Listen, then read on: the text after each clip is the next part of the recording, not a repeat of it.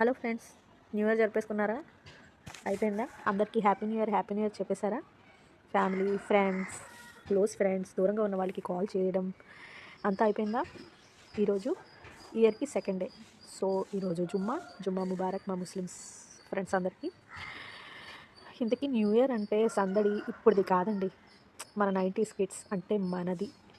మన జనరేషన్లో ఎంత బాగుండేదండి న్యూ ఇయర్ అంటే. 31st నైట్ కోసం ఎదురు చూస్తున్నారు తప్ప 31st డే అంటే ఇయర్కి లాస్ట్ డే మనం ముగ్గులు పెట్టుకోవడానికి కలర్స్ కానీ, ఫ్రెండ్స్కి, క్లోజ్ ఫ్రెండ్స్కి, బ్రదర్స్కి, సిస్టర్స్కి ఇవ్వడానికి గ్రీటింగ్స్ కోసం కానీ, ఆ టైంలో బడ్జెట్ లేకపోయినా సరే 1 రూపీ, 2 రూపీస్ 2 రూపీస్ కార్డు కొనడం, గ్రీటింగ్ కార్డు చాలా కాస్ట్లీ అన్నమాట. 2 రూపీస్ అంటే ఏదో రూపాయి 50 పైసలు లేదా ముప్పావల. ఎక్కువ క్లోజ్ ఫ్రెండ్స్ అయితే రూపాయి, రూపాయిన్నర అంతే. ఆ టైంలో బడ్జెట్ లేకపోయినా కొనేవాళ్ళం. ఏంటి, మామూలు ఫ్రెండ్స్కి ఏమో ఒక 10-15 కొని, క్లోజ్ ఫ్రెండ్స్కి మాత్రం 4-5 కొనేవాళ్ళం. క్లోజ్ ఫ్రెండ్స్ అంత ఎక్కువగా ఉండరు కదా.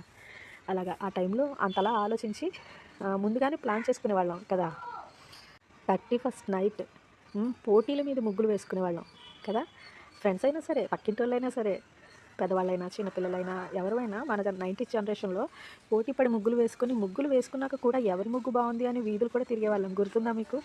నాకైతే చాలా ఇష్టం. మా ఫ్రెండ్స్తో నేను కూడా వేసేదాన్ని. మా అమ్మ నైట్ అంతా అంటే మేలుకొని ఉండడం ఎందుకు, బయట వెళ్ళడం ఎందుకు అని. ఆ జనరేషన్లో తెలుసు కదా పేరెంట్స్ ఎలా చెప్తారో, ఆడపిల్లలకి బయట ఉండకూడదని అలా చెప్పేవాళ్ళు. కానీ నాతో పాటు మా మమ్మీ కూడా ఉండేది. మరి నా చిన్న చిన్న కోరికలు తప్పదు కదా.